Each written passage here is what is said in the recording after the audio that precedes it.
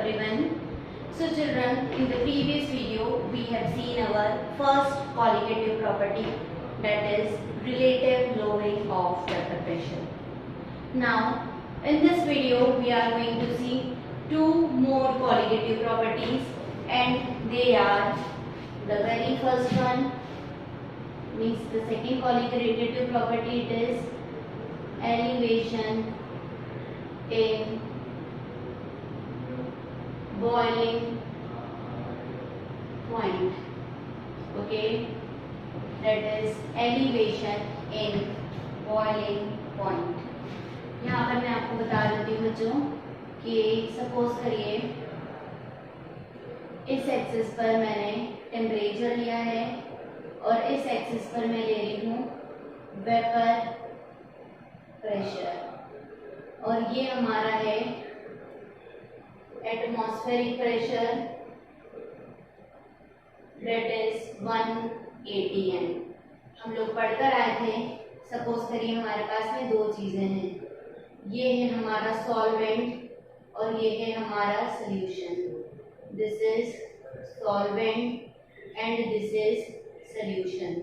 Okay, तो हम लोग यहाँ पर पढ़कर आए हैं. सही, इसको आप लोग चाहें तो इसको बॉइलिंग पॉइंट लिखेंगे तो ज्यादा सही रहेगा. तो हम लोग पढ़कर आए थे कि ये जो सॉल्वेंट है, इस सॉल्वेंट का बॉइलिंग पॉइंट कम होता है और इस सॉल्यूट का बॉइलिंग पॉइंट ज्यादा होता है. तो ये आपका हो गया TB नॉट और ये हो गया TB, जहाँ पर TB हो जाएगा आपका बॉइलिंग पॉइंट ऑफ सॉल्यूशन. तो हम लोग पढ़कर आए हैं कि बॉइलिंग पॉइंट ऑफ सॉल्यूशन जो है वो हमारा बढ़ जाता है. ओके, सॉल्यूट डालने पर on adding non volatile solute. और जो TB नॉट है वो है boiling point of pure solvent. हम लोग जैसे देख कर आए थे कि अगर वेपर प्रेशर कम होता है तो बॉइलिंग पॉइंट भी हमारा बढ़ जाता है. और ये जो चीज है यहाँ पे TB माइनस TB नॉट, इसको हम लोग लिखते हैं डेल TB, और ये डेल TB है हमारा basically elevation in boiling point. कितना बॉइलिंग पॉइंट हमारा बढ़ा है. अब कितना बॉइलिंग पॉइंट बढ़ा है, जितना आप नॉन वोलेटाइल सॉल्यूट ऐड करोगे उतना ही बॉइलिंग पॉइंट हमारा बढ़ेगा. ये पक्की बात है. ओके, तो यहाँ पर हम लोग लिख सकते हैं कि ये जो डेल TB है it is directly proportional to XB. XB क्या हो गया हमारा, मोल फ्रैक्शन ऑफ सॉल्यूट. कहीं ना कहीं डिपेंड करता है मोल फ्रैक्शन ऑफ सॉल्यूट पर. जितना सॉल्यूट डालोगे उतना बॉइलिंग पॉइंट में एलिवेशन आएगा. Okay, so del TB is directly proportional to XB, और आप लिख सकते हैं del TB equals to KXP. ठीक है, अब और आगे बढ़ते हैं हम लोग. तो देखिए बच्चों, यहाँ पर है del TB equals to K NB. XB को लिख सकते हैं NB into NA plus NB, लेकिन फॉर डाइल्यूट सॉल्यूशन, किसी भी डाइल्यूट सॉल्यूशन के लिए NB is very less than as compared to Na. So here NB can be neglected from denominator से उसको नेग्लेक्ट कर देंगे. तो यहाँ पर हो जाएगा del TB equals to K into NB upon Na. Del TB equals to K, मैं यहाँ पे इसको NB रहने देती हूँ, इसको मैं लिख सकती हूँ WA अपॉन MA. ठीक है, तो ये हो गया WA और ये आपका हो गया MA. अगर मैं बात करूं NB अपॉन WA की, तो NB अपॉन WA क्या है, ये है मोल्स ऑफ सॉल्यूट और ये है मास ऑफ सॉल्वेंट. तो the amount of solute dissolved in 1 kg of solvent is your molarity. तो NB upon WA जो है ये हो गया है हमारा मोलालिटी, जिसको हम लोग बता सकते हैं स्मॉल m से। तो ये यहाँ पर बन जाएगा हमारा del T B equals to N B upon W है, तो ये हो गया k into M A into molality. But किसी भी सोल्यूशन के लिए, फॉर एनी सोल्यूशन, किसी भी सोल्यूशन के लिए M A is constant. M A क्या है? एम ए है हमारा molecular mass of solvent. Suppose करिए वाटर है, तो वाटर के लिए मॉलिक्यूलर मास एक ही, एक कांस्टेंट है, ठीक है। बेंजीन है 76 कांस्टेंट है, इथेनॉल है 46 कांस्टेंट है। तो यहाँ पर Na तो किसी भी सोल्यूशन के लिए कांस्टेंट होता है, तो यहाँ पर आ जाएगा कांस्टेंट इनटू कांस्टेंट एक अनदर कांस्टेंट जिसको हम लिखते हैं Kb। ओके, तो यहाँ हमारी जो इक्वेशन बनी वो बनी del T B equals to Kb into molality. Okay, equation क्या है? Del T B equals to Kb into molality, जहाँ पे ये जो Kb मैंने निकाला है, ये Kb है मोलाल एलिवेशन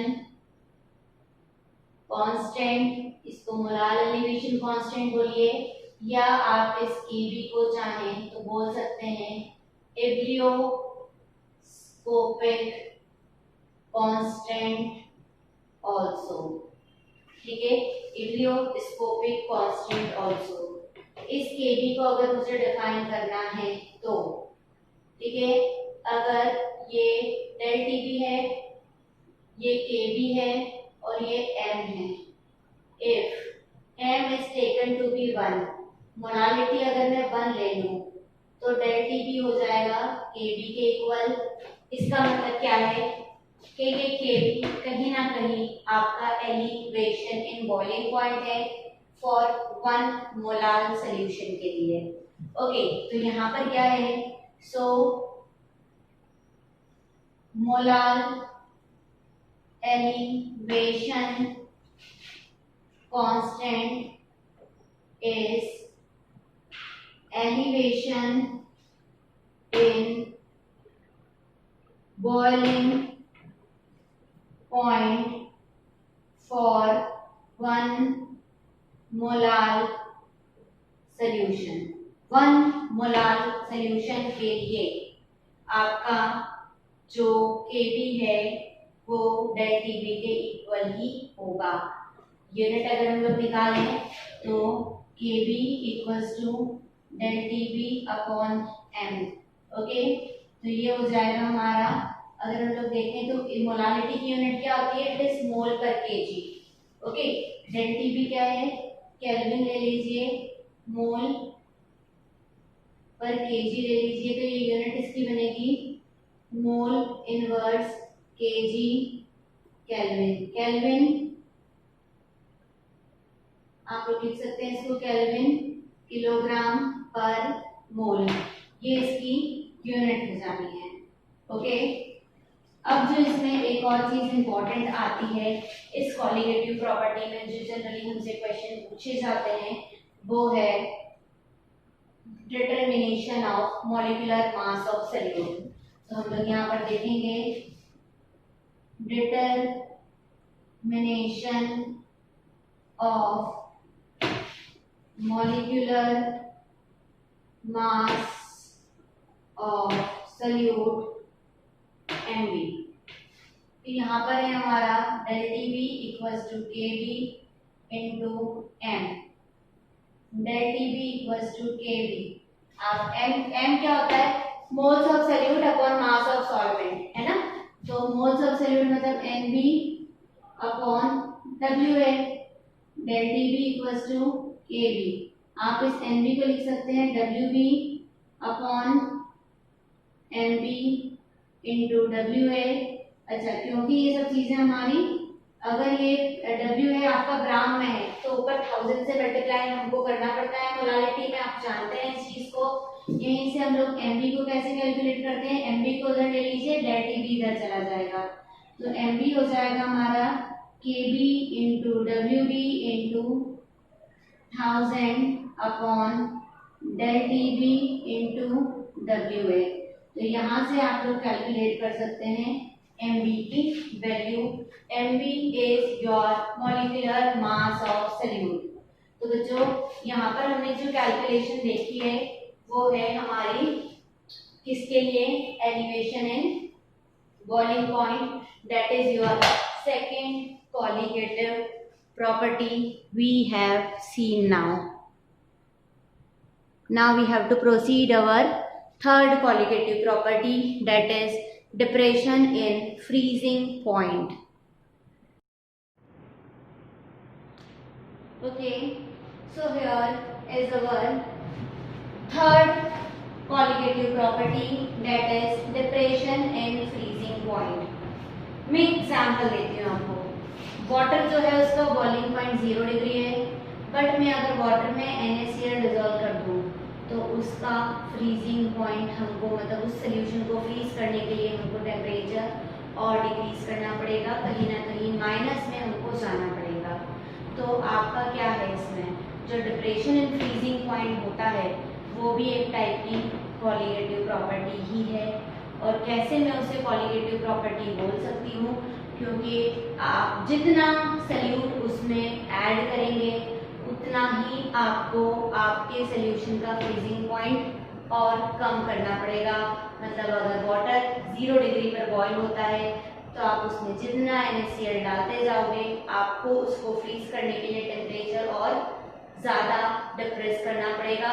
मतलब सल्यूट डालने पर, नॉन वोलेटाइल सल्यूट डालने पर आपका फ्रीजिंग पॉइंट और कम होता जाता है। इतना ही मुझे बोलना है इसमें, ठीक है। चलिए देखते हैं। यहाँ पर अगर हम लोग लें तो again we are going to take a graph. ये मैंने लिया है एटमॉस्फेरिक प्रेशर, यहाँ पर मैं ले रही हूँ वेपर प्रेशर, और यहाँ पर मैं ले रही हूँ not boiling point, this time temperature we can write, na, not boiling point or freezing point, temperature only we are going to write. देखिए बच्चों, ये जो है हमारा, ये हो गया हमारा क्या, सॉल्यूशन, और ये हो गया हमारा सॉल्वेंट। ये इस बार हमारा सॉल्वेंट है और ये इस बार हमारा, ये सॉल्वेंट और ये सॉल्यूशन है ना। ये सॉल्यूशन जो है वो, और इसको थोड़ा इस तरीके से बनाएंगे तो हम लोग आपको ज्यादा अच्छे से समझ में आएगा। तो ये इतना इतना सॉल्वेंट है, इसको मैं लिखूंगी TF नॉट, और ये सॉल्यूशन है, इसको मैं लिखूंगी TF। अगर आपको ध्यान हो तो हमने depression in freezing, sorry elevation in boiling point में पढ़ा था TB माइनस TB नॉट। यहाँ पर ऑलवेज डिफरेंस कम से ज्यादा से कम के बीच का लेना है। तो आपका जो डेल TF होगा वो होगा TF नॉट माइनस TF, लेकिन आपका जो डेल TB था वो था TB माइनस TB नॉट। अगर देखा जाए तो न्यूमेरिकल में सिर्फ यही चेंज हमको ध्यान रखना होता है कि डेल TB क्या है और डेल TF क्या है। Del TB solution minus solvent है और del TF solvent minus solution है, क्योंकि आपका सॉल्वेंट का इस बार जो टेम्परेचर है वो ज्यादा है। सॉल्वेंट सपोज करिए वाटर है तो वो 0 डिग्री पर फ्रीज हो रहा है, लेकिन सॉल्यूशन में अगर आपने NaCl, sugar, whatever you have mixed, तो उसका जो बॉइलिंग पॉइंट है उसके लिए वो हमको और नीचे जाना पड़ता है। ओके, तो यही बात है। अब यहाँ पर भी वही है कि जितना सल्यूट आप मिलाओगे उतना फ्रीजिंग पॉइंट आपका डिप्रेस होता जाएगा। तो हम लोग लिख सकते हैं कि यहाँ पे जो डेल TF है वो डायरेक्टली प्रोपोर्शनल है XB के, और लिख सकते हैं हम लोग कि डेल TF जो है वो है हमारा K XB। ओके, अब मैं यहाँ पर आपको बता दूं ये जो TF नॉट है ये है freezing point of pure solvent, और टी एफ जो है वो है freezing point of solution. Okay, चलिए ये है del T F equals to K, X B को मैं लिख सकती हूँ N B upon N A plus N B, but again for dilute solution, किसी भी डाइल्यूट सॉल्यूशन के लिए ये जो एन बी है ये बहुत ही कम होता है एन ए से, तो हम लोग यहाँ करेंगे N B can be neglected from denominator. मैं आपको बता दूं कि न्यूमरेटर में से हम इस एन बी को नेग्लेक्ट नहीं करते हैं। The reason behind this, numerator में से किसी भी चीज को हटाएंगे, एक बार ये एन बी हट गया तो 0/1, 0 by anything will be 0 only. So NB cannot be neglected from denominator, sorry numerator, and it has to be neglected from denominator only. So यहाँ पर बच्चों आपका जो डेल टी एफ बना वो डेल टी एफ बन जाएगा k into N B upon N A, del T F equals to k N B upon W A into M A, ये हो जाएगा ना W A upon M A ऊपर चला जाएगा। सो ये जो इतना इतना है M B upon W A is your molality, small M जिसको बताएंगे हम लोग, तो ये डेल टी एफ हो जाएगा K into M A into molality, K into M A is constant for any solution, solvent के लिए कांस्टेंट होता है, that will give you KF. Okay, तो constant into constant will give you another constant that is KF. Depression and freezing point में आपको केबी मिला था, यहाँ पर आपको केएफ मिल रहा है, तो यहाँ पर K into M A is KF, तो यहाँ से बन गया del T F equals to KF into M, जहाँ पर ये जो केएफ है ये है हमारा molal depression constant, molar depression constant बोलिए या आप इसको क्रायोस्कोपिक कांस्टेंट भी बोल सकते हैं।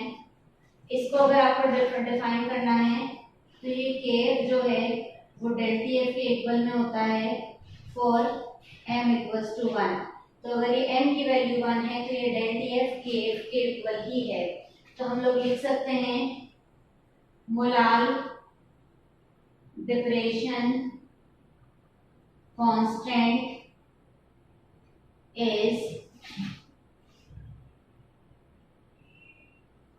Depression in freezing point for 1 molal solution. 1 molal solution के लिए आपका जो डिप्रेशन इन फ्रीजिंग पॉइंट है वही आपका मोलाल डिप्रेशन कांस्टेंट या क्रायोस्कोपिक कांस्टेंट कहलाता है। अब आगे चलते हैं, तो आगे आता है हमारे पास में determination of molecular mass of solute that is Mb। तो हमारे पास इक्वेशन है del TF equals to KF into molarity. Molarity होता है हमारा moles of solute upon mass of solvent in KG. Okay, इसकी यूनिट में जो देख लेते हैं, हम लोग यूनिट देखना भूल गए, तो del TF equals to sorry KF equals to del TF upon M। ठीक है, तो यहाँ पर बन जाएगी हमारी यूनिट केल्विन किलोग्राम पर मोल। ओके, तो यूनिट हो जाएगी हमारी केल्विन किलोग्राम पर मोल। यहाँ पर क्या है, हमारे पास इक्वेशन है del TF equals to KF into M, तो del TF equals to KF into WB upon MB into WA into 1000, मतलब ये आपका moles of solute mass of solvent हो गया, तो ये हमारा निकल गया। ठीक है, तो आपका डेल टी एफ क्या है, डेल टी एफ हमारा K F into W B into 1000 upon M B into W A है, एम बी ऊपर ले लीजिए, so it will be K F into W B into 1000 upon del T F into W A. यहाँ से आप लोग calculate कर सकते हैं M B, that is the molecular mass of solute. बहुत बार ये क्वेश्चन जो है वो इसी तरीके से आता है कि कैलकुलेट करिए मॉलिक्यूलर मास ऑफ सॉल्यूट को। तो ये हम लोगों ने देखी हमारी third qualitative property, that is depression in freezing point. बच्चों मैं बता दूं इन पे न्यूमेरिकल्स बहुत बनते हैं ना, so many numericals are there. Okay, so ये हम लोगों ने कंप्लीट किया। आपकी जो फोर्थ क्वालिटेटिव प्रॉपर्टी है, that we are going to see in our next video. Thank you so much.